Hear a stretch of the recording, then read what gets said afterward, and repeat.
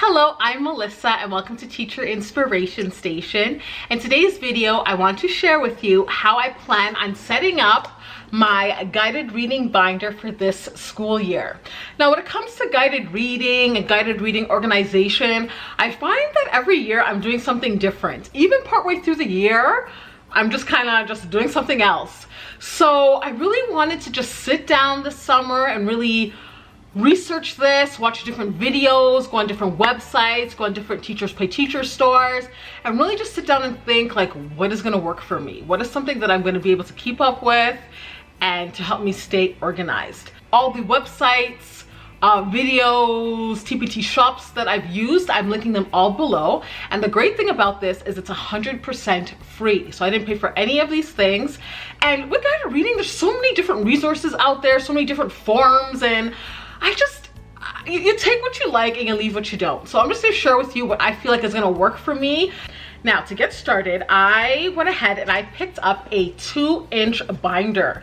I was thinking about getting a 3-inch binder, but the thing is with big binders, I just find them such a pain to navigate and go through, because it's just like that big ring and you gotta bring everything on that side and it's a pain for me. Like it's just, I really don't like it. So I'm like, you know what, I was gonna go with 1.5, but then I'm like, you know what, that might be too small. I'm gonna go with 2 inches. So I did that. And if I feel like this is getting too bulky, I can always take things out. Like I don't need to keep running records from September in here. I mean, I could, but you know, if it's getting bulky, if I don't have to do that, if it's May, right?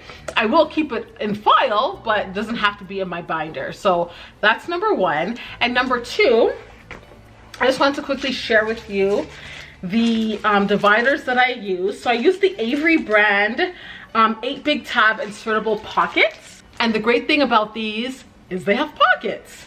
So this is really gonna help me with my organization. Let me just show you what one looks like. And the pocket is like that. And this is very inexpensive. I don't remember, I think it was like $5 on Amazon.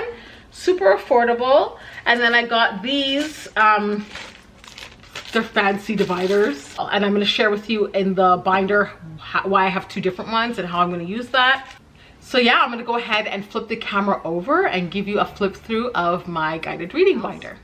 So here's my binder, and like I said before, I'm going to link all the resources that I've used down below, because I don't remember off the top of my head where I got these things from. So this was free from a Teachers Pay Teachers shop. What I have here, I just printed these off and stuck them here. So what I'm going to do is I'm going to put these posters up in the room, and what they are is they are the strategies for decoding words. So we have eagle eye, lips the fish, just different ones. And like I said, I'm just going to put these up in the classroom.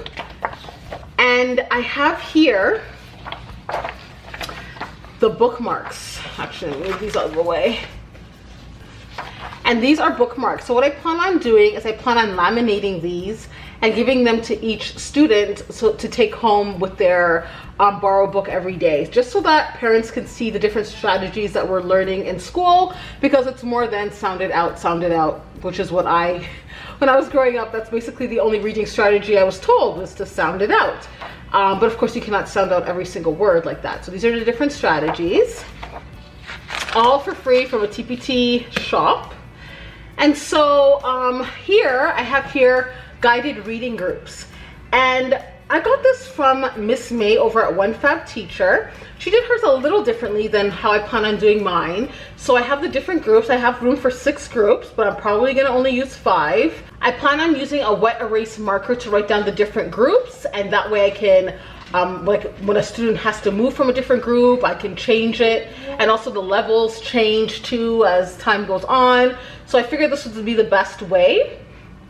I know some people use sticky notes. I know that's what Miss May does. She uses those little stickies, but I'm just gonna use a wet erase marker to organize my groups. Over here I have let me take it out. Over here I have guided reading calendar. Again, I'm gonna use a wet erase marker for this. So the date and which groups I'm gonna be meeting with and what days. I typically meet with 2 groups a day. Some teachers meet with 3, sometimes even 4. I don't know how they do that. power to you. And then there are those kids who in the very beginning of the day, I just pull them aside 1 by 1 or 2 by 2, just those kids who need that extra practice. But as far as guided reading goes, then yeah, two solid groups is usually what I do. I have that. And then here I have reading behaviors. So these are things, this is behaviors to notice and support level A readers. So the things that they should be doing at that level, and what are some teaching points that I can use whenever I'm planning my lesson. So I have from level A, and I go all the way to level, I believe, N. Yeah, but the resource actually has it all the way to level Z, but I don't really typically have students that high, so I've only printed off to level N, and if I need to print off more, I can always do that. 100% free online, I'll link it below. And then what I have here is my lesson plan pages. So I feel like this is so nicely organized. So you write down the name of the group, so group 1, 2, whatever it is, the level and the date, the title of the book, the genre, what sight words are in the book, tricky vocabulary, the focus, what you're gonna do before reading. During reading, they have it here. Children read independently. Teacher monitors student reading by listening to each child read. Teacher may ask student to read a section orally to check for strategy use, fluency, and comprehension, and then what you plan on doing after. So I find this to be so easy, the breakdown of it. So I plan on making a few copies of these front and back. I just didn't do that yet because I'm at home and not at school, but that's what I'm gonna do. And I'm gonna keep all the photocopied pages in here, and then I'm gonna hole punch them, and then just kind of put the lessons in here like so. And I can paper clip the groups together, like all group 1s are paper clipped together, all group 2s are paper, just to keep it organized, and the most recent ones go on top. So that's what I plan on doing for my lesson planning. And then over here I have my running record score sheets. Let me just show you what they look like, because you're maybe interested here. So running record score sheet, it even has like some notes on how to do it, like a little cheat sheet area, just like that. So I'll just copy them and staple them, and I'll have them here. And then here I have another cheat sheet, which is really useful. And I also have another one here that came with the running record forms. So I just put it in here because it came with it. So yeah, they're all together. And then over here, it says guided reading lesson plan. So these are basically, I don't know why that title is there. It kind of throws me off, but really these are anecdotal notes. So the group, the level, the date, the name of the students, and what behaviors you are observing. And you can even use these pages here as a guide to kind of help you think about what to look for, and even just things that you notice that they're doing or not doing. You could jot it down over here. So what I plan on doing is I plan on making a few copies of these and just leaving them in here front and back. And what I'm going to do is I'm going to put this behind each group's section. So I have here group 1 and their little section, and I will just stick these anecdotal notes in here. Most recent one goes on top.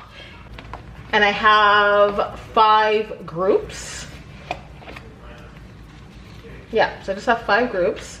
And I usually group them by color, but this year I'm doing it by number just because this particular Teachers Pay Teachers shop had it by number, and I thought these were really nice and would help me stay organized. So I said, you know what, we're just gonna do numbers this year, that's fine. So I have 5 groups. There's a 6th one, but if I need it, I'll just add it here.